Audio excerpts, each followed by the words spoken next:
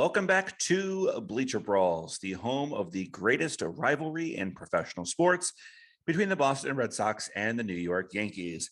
We have our typical Sunday night, Monday morning episode coming at you with our normal crew. My name's Patrick, even though it says I'm John again tonight. I'm here with the real John and Luke and Taylor. Taylor, we soft launched you on the podcast a couple weeks ago, but you're getting hard launched on the site this week. You got the podcast, you got an article coming out tomorrow. You got a video with Derek coming up. So welcome to the show. We're going to start as we always start before we get into that Yankees and Red Sox talk with our first pitch, check in with everybody, see how they're doing, see what's going on with them since the last time we met up. Luke, I'll start with you. Give me your first pitch. I'm wiped. Had a lot going on this week. Just a lot of busyness. I had John's daughter's birthday party. Her 8th birthday party was yesterday. So I drove an hour and back to that. And then my buddy's 35th birthday was last night. He just lives right down the street. But then I had another friend's daughter's 9th birthday party this afternoon. And not busy as far as physically, but just kind of mentally exhausted from a lot of kids and a little drinking and playing cornhole and stuff like that. And so it just a little more mentally exhausted than I usually am after most weekends. But of these three birthday parties. Oh, go ahead. No, just say Red Sox have had an awesome week and a half or so. So just trying to think about all the good stuff. I don't know how the Yankees did today. I'll have to hear I'll wait for John to fill us in on that. But good weekend, busy weekend, and I'm wiped. I was going to ask, of these three birthday parties, which one had the best cake? The best cake was John's daughter's party. They had a chocolate cake and a vanilla cake with sprinkles. I just had a piece of the chocolate. It was the chocolate with the dark chocolate frosting and not sprinkles, but those little chocolate flaky things on top of it. Freaking fantastic. And there was pizza at both parties, Domino's at John's daughter's party, and then Marco's, which is a local Texas takeout place down here today. Marco's is a little better, but I tell you, Domino's used to be the worst pizza on the planet when I was in high school and college, and just the last 10 or so years, they've upped their game so much. Their crust has improved tenfold since I was a kid. John, you won the cake competition of the weekend. How do you feel? Yeah, it's nice to win something. Yeah, it was a good weekend. Definitely the birthday party was a lot of fun. We thought it'd be cool to get a bunch of water balloons and water sprayers, not necessarily guns, but the squirt things. We did not really think it through that a bunch of young girls would be just with no aim whatsoever, be throwing water balloons in each other's faces and whatever. So there's a few tears every now and then, but all in all, I think the kids had a fun time. Domino's kind of stinks, but that's the only pizza we have around here, unless my wife and I are making it, which is fantastic pizza, but we weren't doing that for everybody and throwing a party. And Luke can attest to that. That's something he will tell you, that my wife and I make very, very good pizza in my wood burning pizza oven. But not to get sidetracked too much. I think that's a good place to start. Plenty to talk about the Yankees and the Red Sox, whose streak is over. Let's get started. Taylor, how are you doing? Welcome to the show. Thank you. I second Luke's being wiped, although instead of mentally wiped, I am very physically wiped. Patrick and I went to Citizens Bank Park this weekend, saw the Phillies and the Red Sox series. So that was really fun. It was both of our first times there, not our first time in Philly, but our first time at that ballpark. So I don't want to talk about it too much because, like Patrick said, I do have an article coming to Bleacher Brawls this week, and it's going to be 10 things I loved about Citizens Bank Park, so keep your eyes peeled. But I liked it. I will say it was a great first visit, and I'm looking forward to many more. I think Patrick and I, after this weekend, are already planning the next series we want to attend there, and also our next bucket list ballpark to go to. Yeah, we did all the touristy stuff this weekend. Ran the Rocky Steps, got a cheesesteak, got yelled at by a bunch of drunk Philly fans. The three things you have to do before you leave town. Did you go to the right place for a cheesesteak? Because I've heard there's one specific place you're supposed to go that No. really has the ones that are representative of Philadelphia. I have no idea what No, I think I don't know. I could be speaking out of my tuchus here, but apparently a real cheesesteak has like cheese whiz on it. But I'm not doing that. So we just went to a diner. That's disappointing to hear. I've been through Philadelphia. I've never been there. I would have thought better than the cheese whiz on the cheesesteak. Before we move on to what we're talking about today, I have to say I forgot about the water balloons and stuff. So John's it was his daughter's eighth birthday. So it was mostly girls. It was, family, kids from the family, girls from our class. And there was one boy, I think John's nephew.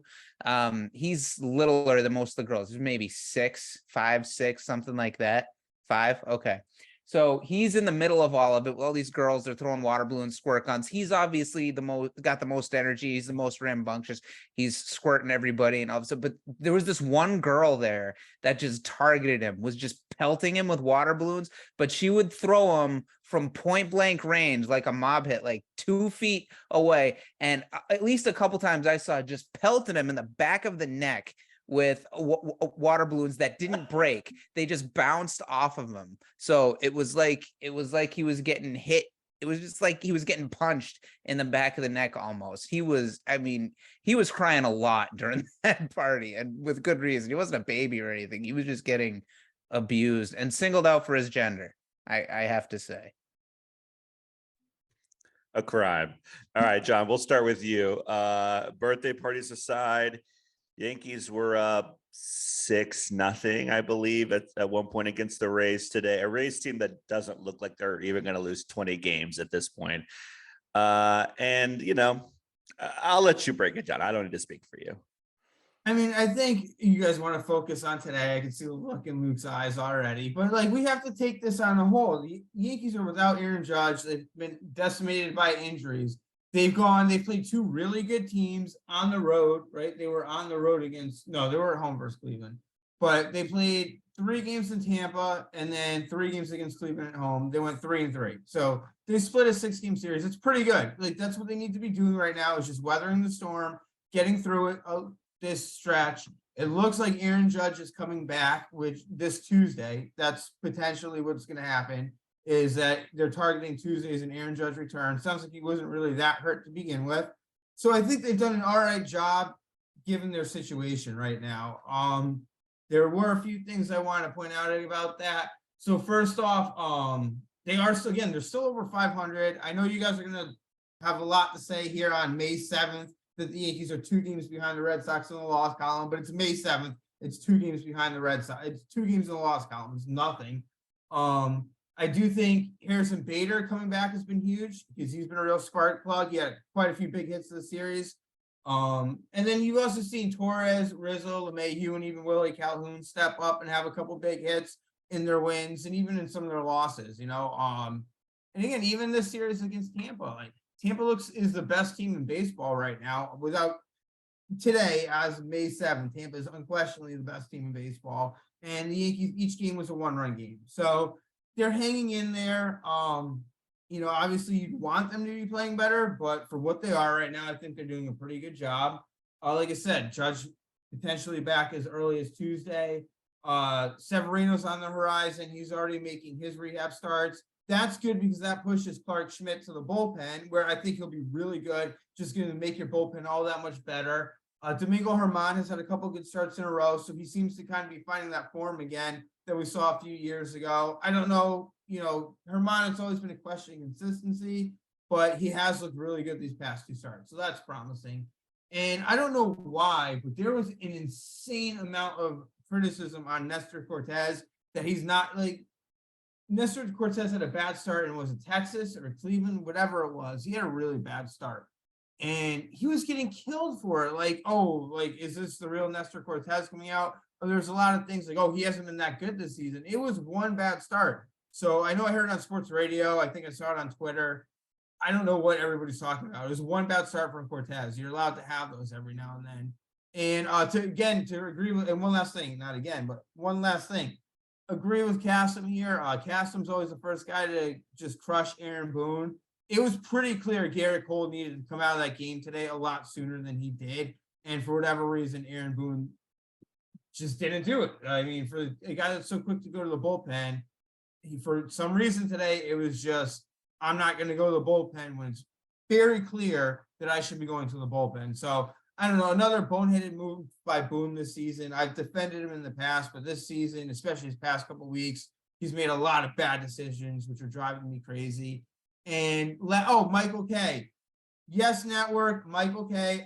Michael K., I think you're a fantastic broadcaster. I think you ask great questions, which bring out the best in guys like Paul O'Neill and David Cohn. Michael K. is a very, very, very good play-by-play guy. But for whatever reason, there must be some directive from the Yankees and the Yes Network to just go full in Yankee boy on every broadcast and defend everything, defend Cashman. Like today, he was talking about how the boos that Aaron Hicks gets, and like almost like it's not fair that Aaron Hicks is getting as many boos as he is, or how horrible it is he's getting booed in his own stadium. But today, once again, May 7th was the first extra base hit of Aaron Hicks for the season. So there's a reason he's getting booed. I don't see how anybody can defend that. Yeah, so that's my take over the past couple of days. It's a lot that I've had to say, but I'm the only Yankees person left here, so I'm surrounded by a bunch of Red Sox fans. So I guess they're going to be ready to take their shots, but that's fine. They're coming off their high of their overachieving 8-game win, and I'll have something to say then too. So go ahead, Pat, throw it to Taylor or Luke, whoever wants to take their first shot, go for it. No, John, I think there's a lot to be optimistic about with this team. You know, Clay Holmes looks better in middle relief than as the closer, right? Bader hitting 389 since his return. Anthony Volpe, only 3 strikeouts today. You know, great day. Luke, higher batting average than Tristan Cassis. Luke, go ahead. You said they were all 1-run games against Tampa this weekend, but one of them was a 6-run game at one point, and then it ended as a 1-run game. But so I think the Yankees they did a pretty good job of treading water while Judge was sidelined. The thing is, it'd be one thing if it's just a hip impingement is just, I can't get Garrett Whitlock's season last season out of my head when I think of a hip impingement, which is, I don't even know what impingement means technically, but it's, you know, a balky hip, a pain in the hip or something. And I just feel like, so they put him on the 10-day IL and they're bringing him back. I figured he'd be on there for an extra week or something to be sure. And I feel like they may be rushing him back too soon. Obviously, I don't know how he feels. I haven't heard him speak about it. The Yankees don't even speak to their own fans about it.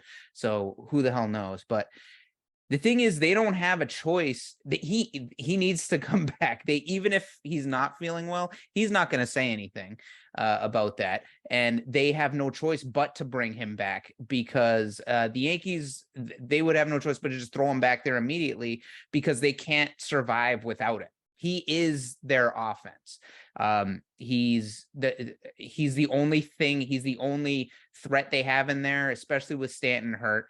And if you can't, I mean, look at Garrett Cole today. The starting pitching did a really good job while Judge was out. You know, they winning games 2-0, 4-2, stuff like that to keep the other teams at bay. But even the best pitchers, even Garrett Cole, got tagged today, and the Yankees bullpen got tagged today. So it just didn't, you can't expect that much from the starting pitching all the time. And I think it goes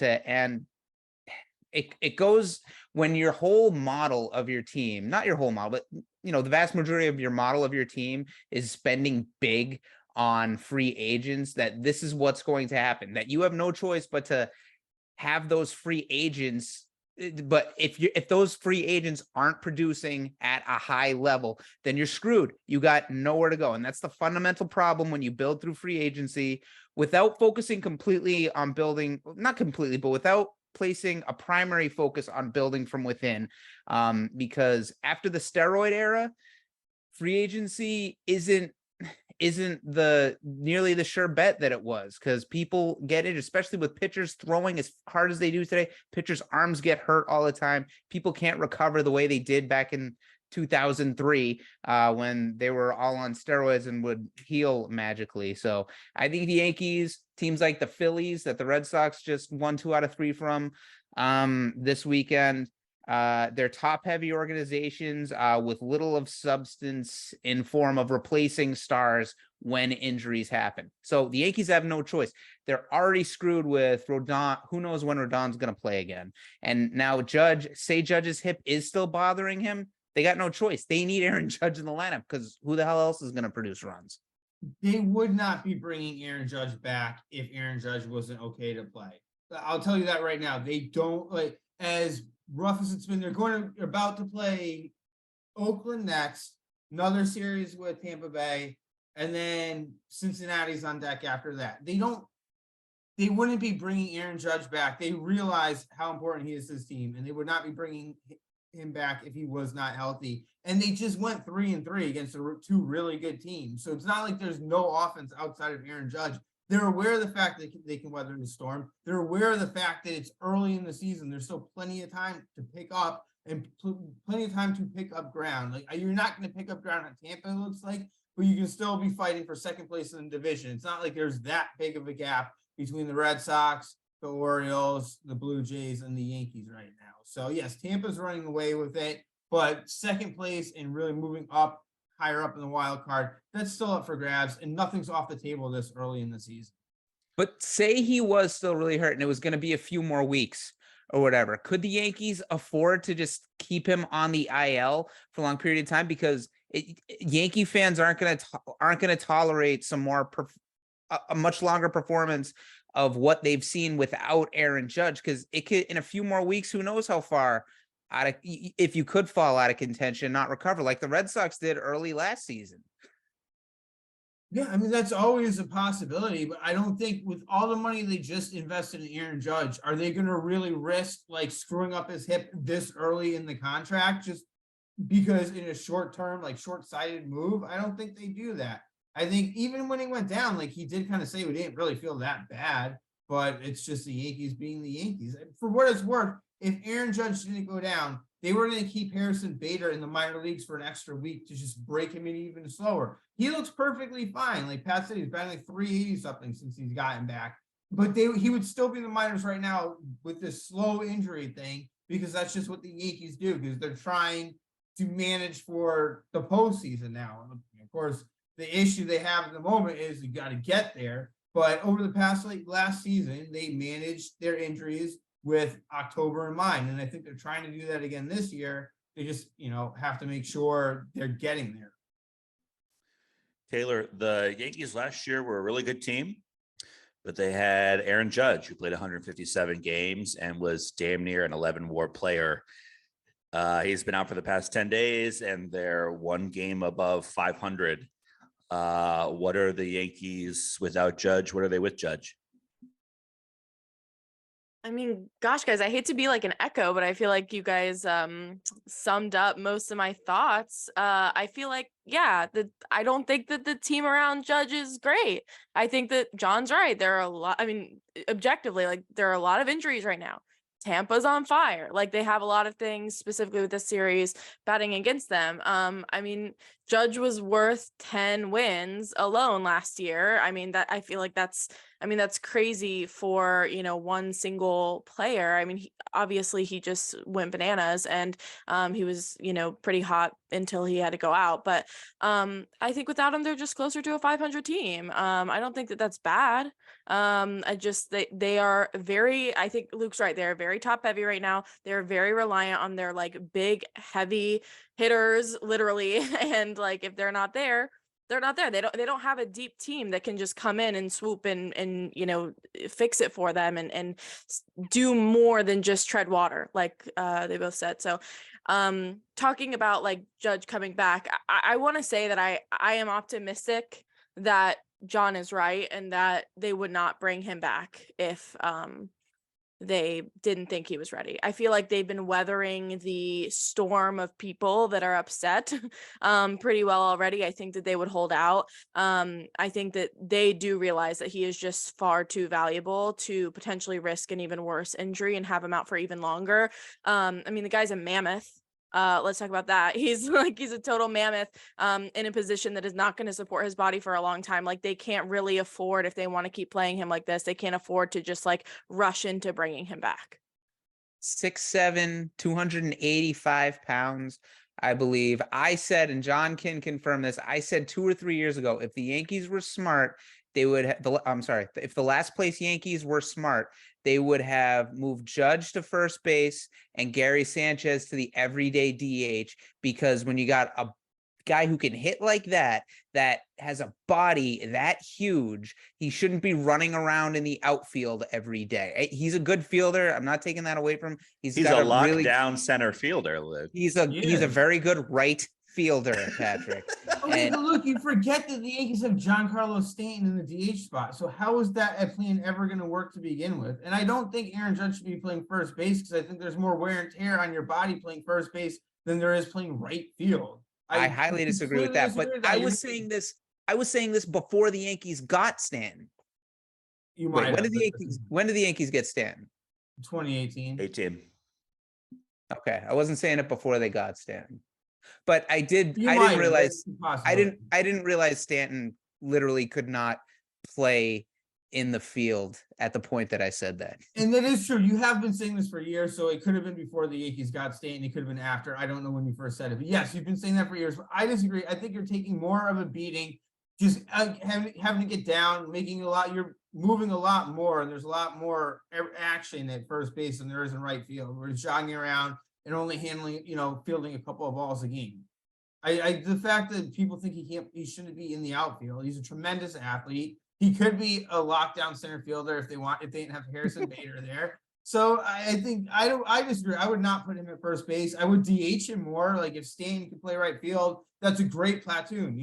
Judge, say 100 games in right field, Stanton 62 games or something like that, and a lot more DHing of Aaron Judge. I'd like to see that, but I wouldn't put him at first base. Especially if he's never played there before. Why are you going to make him learn it entirely? Well, he was taking grounders there during spring training, but he was. That's because he's hanging out with his buddy Anthony Rizzo. Oh yeah. And Taylor, I want to speak to what Taylor said before. She doesn't know what happened. Like he went crazy last year. Who knows what? I don't know what happened there. I'll tell you what happened. He was in a contract year. The guy's been injured for long periods of time, virtually every single season in his career. His contract year comes along. He decides to break a 30, 40, whatever year old home run record 60. For the Yankees. 60-year-old? Oh, Jesus. Yeah, that's right. Yeah, the 1960s was a long time ago, wasn't it? Okay, I'm ready to get paid now. And then okay, he's already on the IL, and look what happens. The guy got paid. Speaking of guy got paid and is now phoning it in for the last place Yankees. John, can we get some thoughts on Carlos Rodon before we move on? Right, but speaking of guys signing their contracts, has Rafael Devers gotten the gout yet? Because that's what he's going to be on the DL for that one day. Yeah, Rodon's a piece of garbage, and the question here is, and I want to hear from everybody. Wait, hang on. Let's look this up, because Luke and I were talking about this yesterday, and the real question now for Carlos Rodon, because he is a bum who just cashed in, he got his paycheck, and now he quiet quit, right? That's the term now, quiet quitting. Carlos Rodon quiet quit baseball. He took his money and he works for the Yankees, but he's not doing anything. So the question now for the Yankees and Carlos Rodon: does Carlos Rodon is the over-under is the Carl Pavano number? Carl Pavano started 26 games for the Yankees. Does Carlos Rodon go over 26 games or under 26 games? How long is this contract? 6 years. 6 years, 20. I'll give you the over. I think he'll have a good final contract year, I think. So that's 4.333 starts per season. So I'm going to go out on a limb. It's Chris Sale numbers. And also take the over. I say he breaks 5.75 starts per season. Taylor.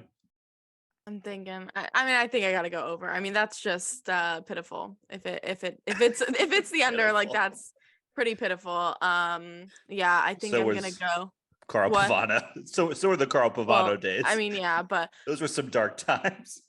I feel like I'm gonna be optimistic, and I'm gonna raise Luke's 5.6 something, and I'm just gonna say an even 6. And even 6. So 6 times 6, so 36 starts. Respectable in 6 years. I was at the game when they hit Carl Pavano. He struggled, been to the Yankees for a year or two, had pitched like 4 games. And I remember I was at the game where a line drive was hit back at him and like bounced off his shoulder, and the stadium cheered. They were so happy. I don't think he really pitched much for the Yankees after that. But the good thing about Carlos Pavano, whatever, I don't care. Carl Pavano, like, he reminds me what the Red Sox rotation is now, because this is a good segue into your team and your overachieving team, because you're relying on a bunch of older pitchers who aren't going to be able to hold up, and you're going to see a lot of guys on the injured list. And Luke was talking about developing like players and relying on homegrown talent, but you guys aren't doing that with your starting pitching. So you're relying on guys like Corey Kluber and Chris Sale, who are about to start showing some arm fatigue. And I think you've really played over your head these past couple of weeks, because yes, you've been winning the last 8 games or 8 of the last 9 games, because the streak's over today, but you were scoring a lot of runs, which is what your offense will do. But you're also giving up a lot of runs. It wasn't like you saw any shutouts or 1-run games during that span either. Like, you were giving up 4, 5, 6 runs per game throughout that winning. So I'll let you guys go from there. But for the most part, yeah, you gave up a lot of runs. Go ahead, Luke.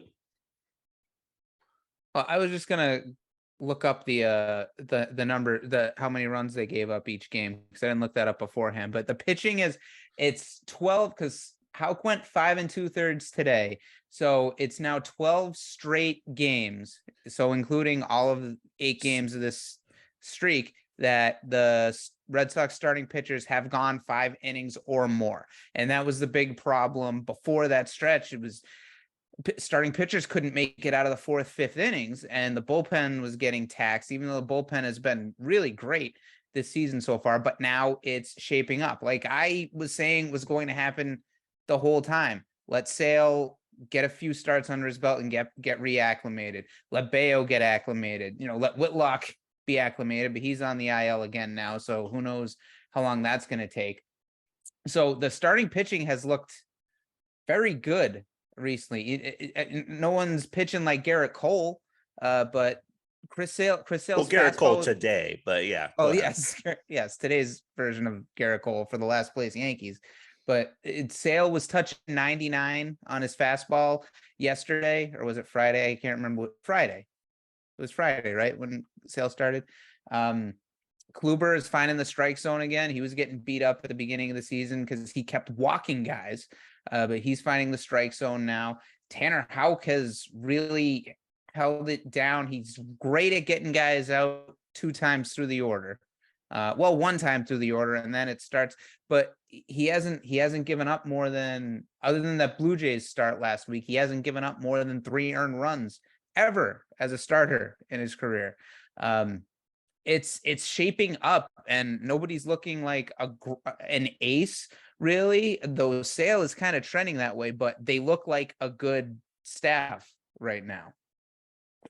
To what both of you were saying, 3 runs on Friday. This is total. 3 on Friday, 4 on Saturday, and 6 given up today in what was essentially garbage time. Although John does make a good point, Taylor, which is we're giving up runs, but we've at least been mashing well enough to score more than that, right? Today aside, today wasn't great, but absolutely the strength of this team right now is the offense.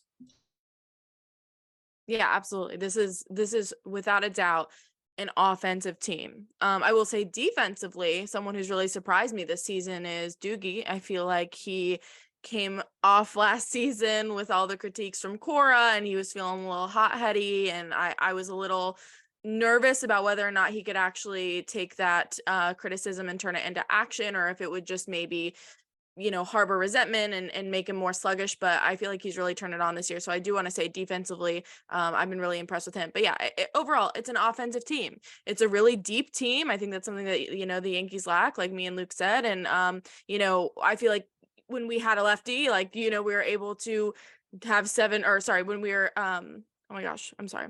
We were able to play 7 lefties in a row against a right-handed pitcher. And then when a lefty came in, we were able to pivot, and now we have all righties. And I feel like, we're able to provide really great matchups in that. And we batted all the way around during the 4th inning on Saturday, which was awesome to see. I don't even think I've ever seen that in person. So that was really exciting. Ref Snyder leading off, my guy. I love Ref Snyder. But yeah, I don't know. I feel like it's tough. I don't know. I was expecting something different this Philly season or this Philly series because one, I feel like Patrick and I are kind of the Red Sox bad luck charms. What was that? Jinxes. Yeah, we're horrible jinxes. Like what was the number you pulled, Patrick? We lost the last 4 series we've attended. Yeah. Until this weekend. Like series that we've traveled for, like when we went to Chicago, they lost, was it every game that we saw?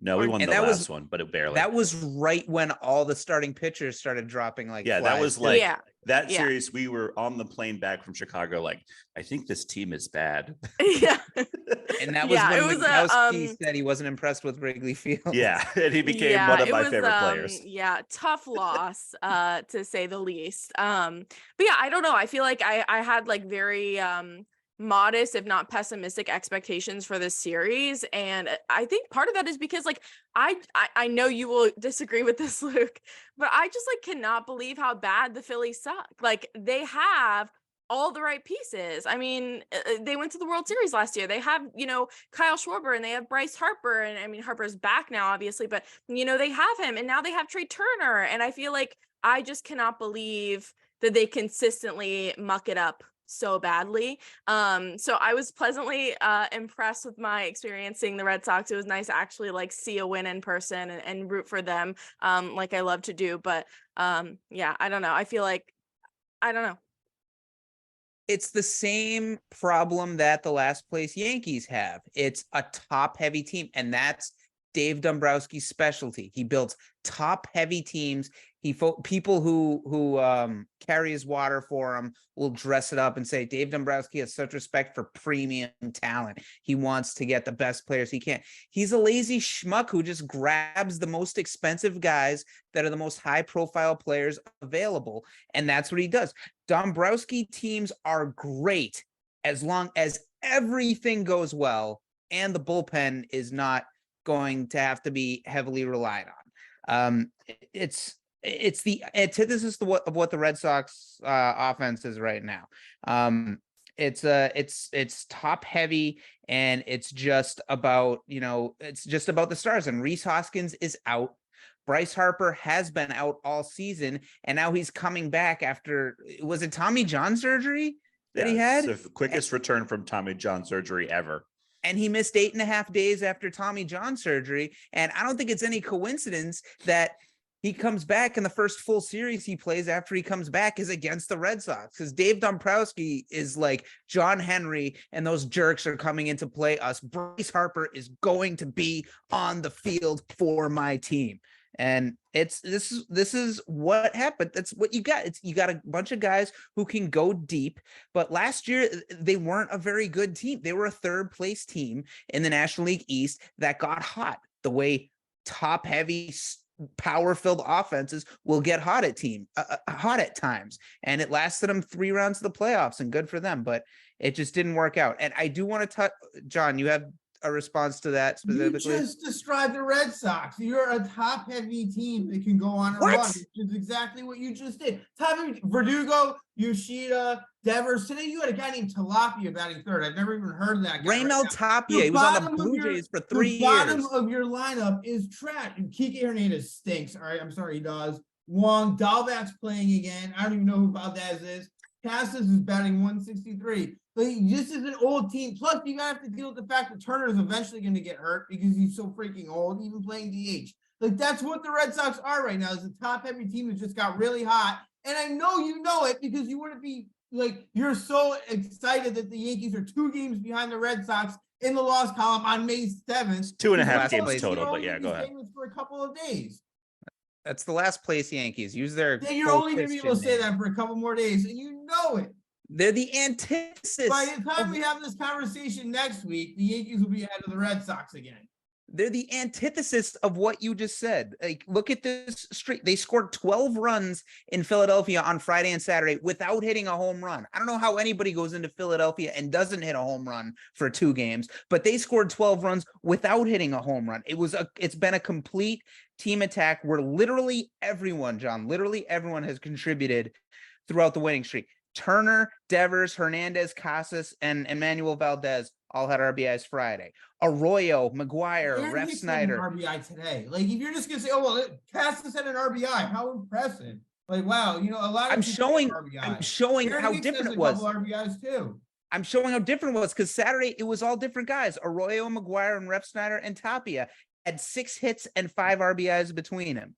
It's been a whole complete attack. It's not been home run and walk. It's been singles, stolen bases. They're 23 for 24 in stolen bases this year. It's 96%.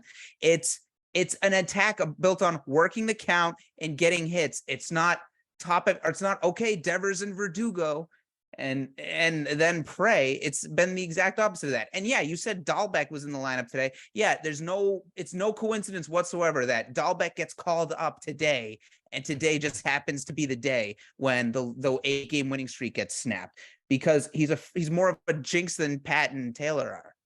I just say I was an opposite jinx today because I said Casas has been a black hole recently. I'm sure he'll be fine. He's a rookie, but oh God, he is the one guy in this lineup right now where I say I gotta go to the bathroom now, you know. And sure enough, next pitch, hit the home run. So I guess that was good luck this weekend. John, it was literally mid conversation. We were literally talking about rookies and talking about Casas, and then he just like instantly, like, we looked, and I was like, Did we? I made that one happen. I was not expecting that. John, you said he's hitting 163. He sucks. He was hitting like 125 a week ago. So he even had slow starts in the minors. To your point, Taylor, I agree. You know, we faced a lefty yesterday. We're killing him with righties. We face a righty today, killing with lefties. Like you said, 7 in a row. It like feels like it can't be one team right now. You know, like I feel like we're almost like, I've said this before about the Rays. Like you feel like they have their entire 40-man roster. You know, I have felt that way about the Red Sox over the past week. That like we are great with matchups. Like ready to go. Like it was so obvious Strom was going to come in today. He was like the only guy that hadn't pitched the last 2 days. He was going in, especially because we were so lefty heavy. And then instantly 2 pinch hitters. It didn't work out, you know, but like on paper, that's what you're supposed to do. Luke, I'll let you wrap this one up. It's like an NHL style. It's like shift changes. And that's exactly what the Rays do. Here's the lefty team. Okay, now the lefty comes in. Let's bring in the righty team. And it's worked for Tampa for a long time. So, and that's definitely the mentality, just with better paid players here. And it's mentioned, I know the last place Yankees have had way more injuries, and they're having, all of a sudden, John has a respect for the injury excuse when he wasn't having none of it last year when it was happening to the Red Sox. But the Red Sox have been just on an 8-game winning streak right now with Story and Duvall and Garrett Whitlock and Yu Chang. Joey Rodriguez hasn't played yet. James Paxton hasn't played yet. All these guys have been on the IL during the 8-game winning streak. And now Arroyo joins them all. And it's just this next man up mentality. And it doesn't matter. Tapia is getting the start today. All right, he'll get a couple hits. Jarren Duran is going to hit 3 doubles every other day. Jarren Duran, who's currently 0 for 7. That hot streak's over too. Jarren Duran leads the American League in doubles, and he didn't play for the first 3 weeks of the season. He plays in Fenway, and I know Luke's going to say, well, he's hitting the ball the other way, but I looked up the spread chart. Left-handed, he's not an opposite field hitter. He has several doubles off of the Fenway of the Green Monster. So, I mean, he plays in Fenway. That's like a lefty leading the league, the lefty playing for the Yankees, leading the league in home runs. You guys are like, oh, well, of course he's leading the league in home runs. He's a lefty playing for the Yankees. Like, it's the same thing when someone hits a lot of doubles at Fenway. You're playing. Yeah, Connor Wong hit would have had 3 home runs the other day, except he hit a shot off the top of the green monster that would have been a home run in 29 other parks. The wall giveth how and many taketh of those? away. Okay, The how porch many only balls, giveth how many and balls keep that giving. bounce off that wall would be fly ball outs anywhere else? So it plays. You can't just keep using that excuse. All right, And the Yankees don't move back the short porch for visiting teams. Like look, if you did, you know that. Did you know? I know you think the Yankees actually moved back that porch so that it affects the visiting teams. No, those guys can hit the ball there too. Like I know you didn't know that after all these years of watching baseball. So speaking of green monsters, Taylor, you have the Philly fanatic behind you, who I believe has become your new favorite mascot. And after a weekend in Philly, Bryce Harper's back. He gets MVP chants from the crowd every single time he walks up to the plate. And he's been in a bit of a sticky situation recently. He's upset that the pitch clock is stopping him from putting on this giant, bulky, he compared to the one that JJ Watt used. It was like a big football brace, like a sideline brace, basically, when he's running the bases. And we saw that a little bit in play this weekend. Your thoughts on him not getting extra time to get that on? And also, he got a lot of extra time on Friday. He got a big standing ovation when he came back. So when do we give time? When do we not give time? When does the pitch clock giveth and when does it taketh away? Yeah, I feel like from a human perspective, from like an empathetic person perspective, I of course like give the man time. I was a teacher, you make accommodations for your students, you figure it out, you give, time based on different needs and abilities and whatever. However, it is opening a can of freaking worms, okay? Because every injury and every person and every situation is wildly different. And if you give an inch, I think that they're going to take a mile. And there's just no way that absolutely everybody is going to be happy. So I think for right now, while the pitch clock is still new in the majors and people are still figuring it out, I just feel like just don't go there. I'm not saying that this isn't something that maybe should be revisited in the future, but I don't feel like they have an answer right now that is going to be sustainable in any way. I think that someone's going to say, well, I had X injury, how does that impact Y? And I just feel like I can see it really snowballing. Maybe take this season and just see how things go, see how injuries go, see how different people could be differently impacted from whatever approach, and then go from there. But right now, I think that the MLB is doing the right thing by standing down. Yeah, I kind of like the fact that it is, very serious, like no exceptions. I think that makes it nice and clean across the board. This Pirates player, I don't know how to pronounce his last name. I've only read it. I haven't heard somebody pronounce it yet, but Drew Maggie, I'm not sure. Everybody's seen over the past 2 weeks, he spends 13 seasons in the minor leagues, takes him forever to reach the majors. He finally reaches the majors about 2 weeks ago with Pittsburgh. He starts his very first major league at bat 0-1 because of a pitch clock violation, because he was getting a standing O from the crowd that was cheered for him. So there's that giveth, that taketh away. I have to agree. I know that Phillies fans think he's going to be the MVP, but I'm on the no special treatment side. Luke?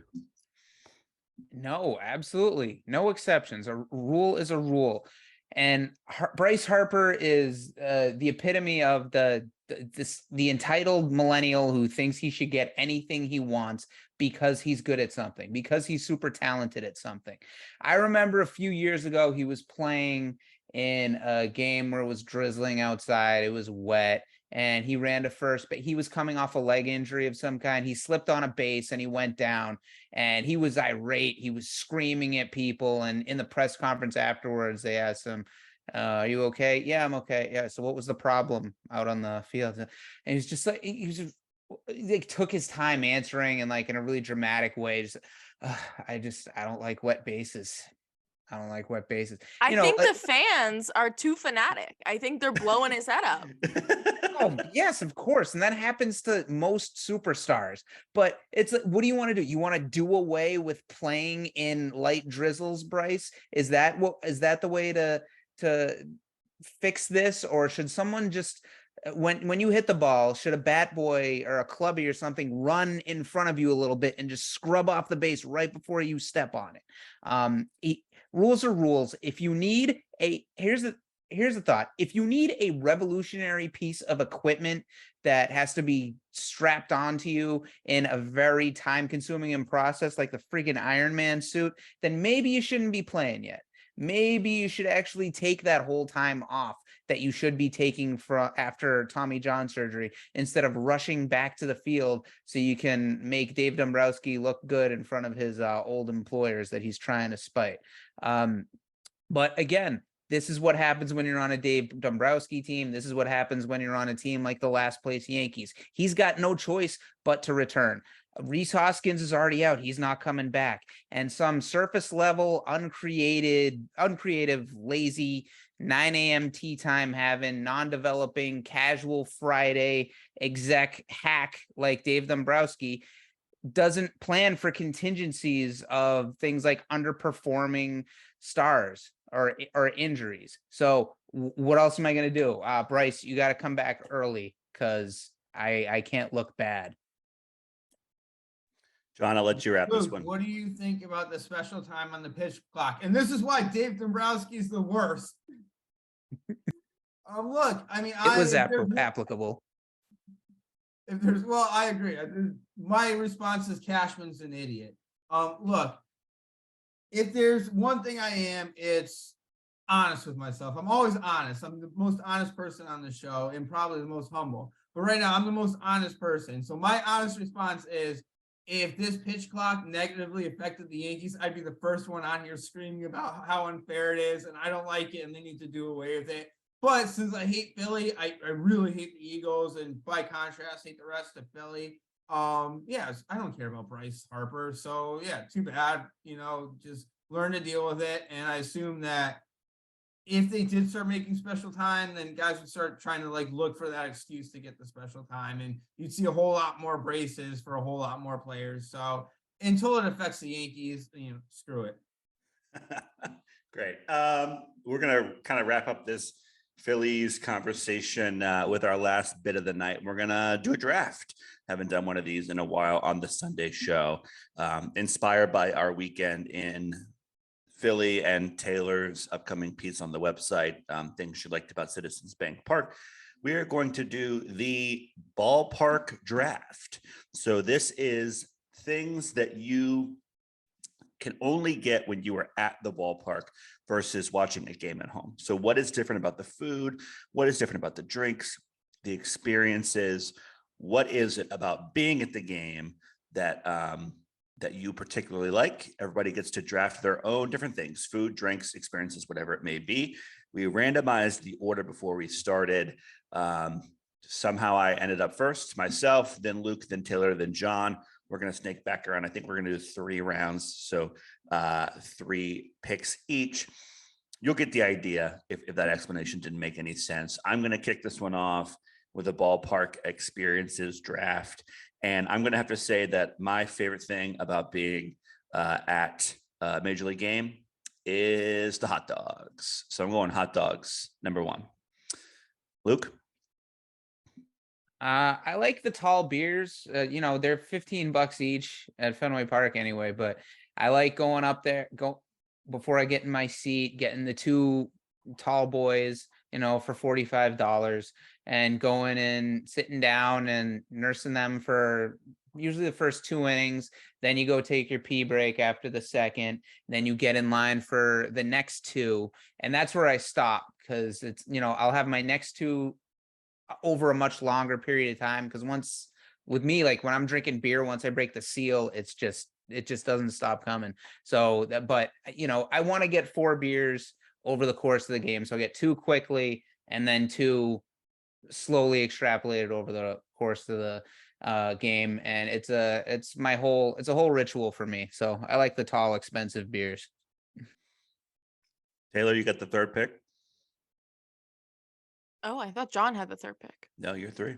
Oh, I am. Okay. Well, so I feel like maybe this is going to be surprising. I know that I'm new to Bleacher Brawls. I'm new to brawling. I'm maybe a little timid on this episode, but my favorite thing is heckling. Like, listen, I feel like I'm being recorded right now. I'm like trying to make sure I don't go too far, but I love talking smack, especially if I've had a couple beers, I'm in an environment where like everybody else is like feeding into it. That's my thing. And Patrick's mom can attest to this because I went to a Salem Red Sox game with her, a single A game, and she was like, "Oh my gosh, like you made this so fun. You said that." And like I'm not even saying anything crazy. Like it's single A. Like what can I say really? But yeah, apparently I make the experience for people. So I'm going to say heckling. We damn near saw a literal bleacher brawl last night out in the outfield. I mean, one guy, this Phillies fan, had to be like held back by his jersey by his girlfriend because the smack talking went a little far. I will also say I did almost physically get into a bleacher brawl from heckling in Wrigley. So, heckle cautiously. The best heckling I ever saw, I was lucky enough to go to Red Sox opening day. Well, the opening day for the whole season in 2005. So the year after they broke the curse, beat the Yankees coming back from 3-0, and it was against the Yankees. And a Red Sox announcer had died the previous season, Dick Raditz. He was, in the offseason, Dick Raditz, and he hated A-Rod, hated him so much. And so during the pregame ceremonies, there was a moment of silence for Dick Raditz, and in the middle of the silence, nobody's saying a word. One dude yells from the bleachers, "A-Rod, you suck!" And everyone laughed and clapped after the ovation, after the moment of silence stopped. But that'll never be topped in my life as far as heckles that I've heard. One more quick story before your pick, John. I'm sorry to cut you off. Last year, we're here at Camden as the Angels came to town, and Ohtani comes to the plate. And, Ohtani gets more than your average amount of polite claps. Some people are very excited to see him. So, good round of applause. And one guy from like section 495, boo. Really? This is the guy you're going to boo. This is the hill you're going to die. Really? We got to commit to the bit that much. All right, John, go ahead. Sorry. Oh, wait, can I just say one more thing? Yes. I do feel like the art of heckling is about timing. But in situations like those, Luke, like it can go either way. I mean, like you don't know which way it's going to go, but you really have to commit to the bit to be like legendary. We've got Absolutely hot dogs, beer, and heckling. John.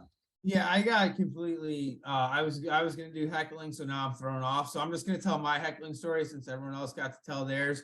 My old roommate and friend Nick went to a Yankees game. We went to a Yankees game. And Nick, he was really good at heckling, no profanity whatsoever, and he really knew how to make it hurt. Additionally, on the drive down, he was drinking vodka and orange juice, but separately, like sipping the vodka and sipping the orange juice, sipping the vodka, sipping the orange juice, I guess mixing it in his stomach. So he gets down there, and the Yankees are playing the Blue Jays, and he's just letting Jose Bautista have it, like. And just like no profanity, but like, you're a disappointment to your parents, like your father never loved you, like all these like really good things. And at one point you see Bautista go over and start pointing to him, to like a security guard, like pointing directly to my buddy Nick.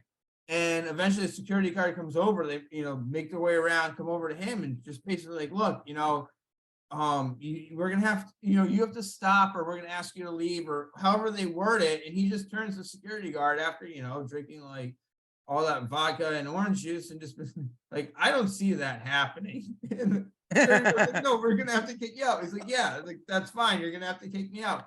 And like the whole way up, as they're leading him out of the stairs, he's like taunting Bautista, like, you're scared of me, Bautista, like this is what you are, like you're no man. And it was pretty funny. So Jose Bautista has always been our joke. And that gives me time now to think about my pick, because like I said, I was going to take heckling. For me, I'm going back to old Yankee Stadium, the Yankee Stadium I grew up in, where they had the sausage and peppers stands, the premium sausage and peppers. I loved it. You could go in and you just smell that. Like as soon as you got close, you could smell it. I can still smell it right now. It was absolutely excellent.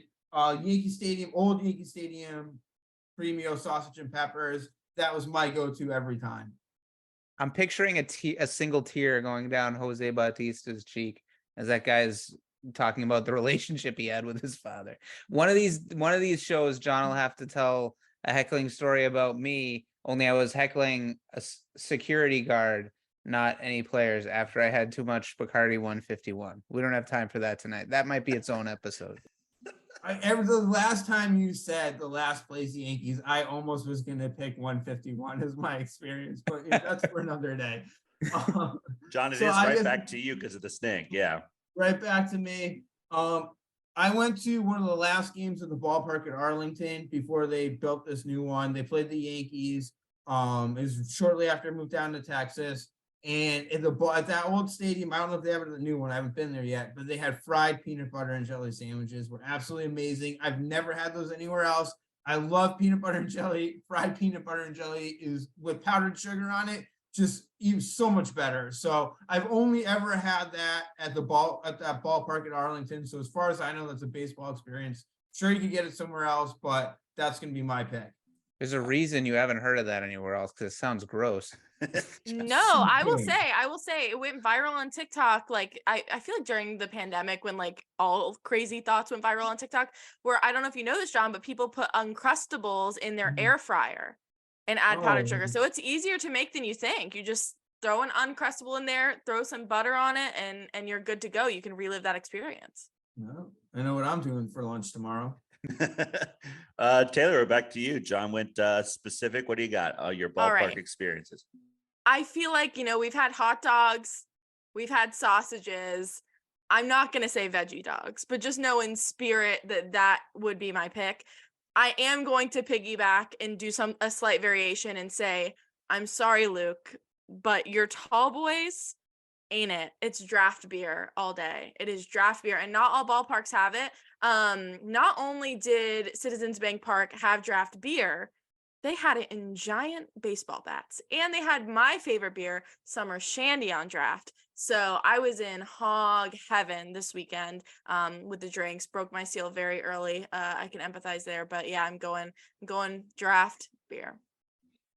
Luke, we're back to you. This is a little tough for me. I was gonna go with sausage and peppers, more outside the stadium than in the stadium, but John stole it from me.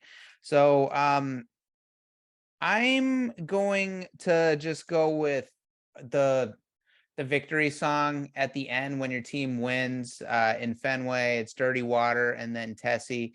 So just hearing that after your team wins, their signature winning music. It's usually a full inning or inning and a half after you heard Sweet Caroline, which just makes you angry.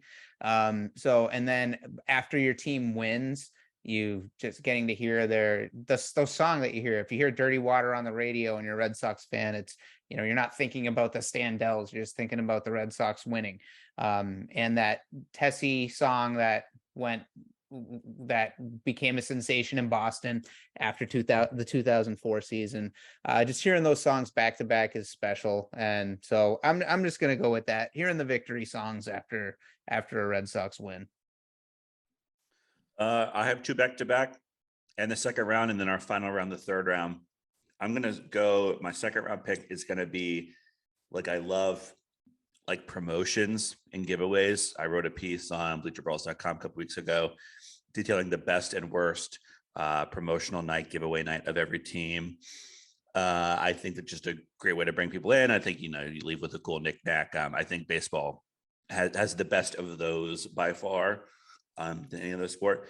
And then my third round pick, I'm going to say the people in the parking lot or across the street from the ballpark who have just their grill and they're cooking stuff up, or the people who sell you peanuts for half the price outside, or the people who have their table of merch set up outside, those people, whatever you call those people. Until the cops kick them out. It is what it is. Because they make things easy on the wallet, we'll say. All right, let's speed run this last round. Luke, your final pick. I'll go with so Fenway Park is the park I've been to a couple hundred times. I went to Oriole Park one time, and so I only really experienced it once, but the wait service there when you're in the box seats and the waiter comes over and takes your order and stuff. That's probably commonplace in a lot of stadiums now, but it was quite the luxury that one time I was in at Oriole Park, because Fenway Park is 111 years old right now. It's like, it's compared to Oriole Park, it's like, if Oriole Park is like a nice fancy restaurant, Fenway's kind of the lunch counter that has 3 items on the entire menu as far as service goes, and as far as it's a dungeon when you're walking through it. So wait service at a ball game is still is just quite a luxurious thing to me. Taylor, last pick. I'm going PA announcers. I love grading them. I like to see how everyone's name is said and the little twang that everybody puts on it, their own unique spin. And I feel like it can really make or break a ballpark experience for me if it's just unenthusiastic or hard to hear them, they're not enunciating clearly or whatever. I'm very picky about them, and certain people nail it, and those people are the real MVPs. See, I don't love the ones that are too overly enthusiastic. I like the more bland, kind of bland delivery, I'm here to give you information. Number 99, the right fielder, Alex Verdugo, with some bass in his voice, with some emphasis, but it's not about you, dude. That's boring though. Yeah, I have to disagree completely. We are obsessed with PA announcers. All right, John, the final pick of the draft. What's the steal that you're going to run away with? All right, for me, a few years, actually 10 years ago now, my wife and I had Saturday season tickets to Yankee Stadium with her best friend and her best friend's husband, who's a friend of mine as well. And during that time, her friend's husband, he knows how to drink. And he showed me that in this new Yankee Stadium, we all know there's that steakhouse. Well, they have a bar there, and that bar is open during the game. So while our wives would sit out in the heat, we would go inside in the air-conditioned bar, drink whiskey, and watch games on the TV, and then get yelled at by our wives. Why did we even come here for this game? You're watching TV, the game on TV at the stadium, but we were in an air-conditioned bar drinking whiskey. So to me, it was a win. I'd rather watch the game on TV than live anyway. So for me, it was getting a hard time from my wife for going and drinking at the bar and the air conditioning at the stadium. John walks into a ballpark and goes, all right, where are the TVs?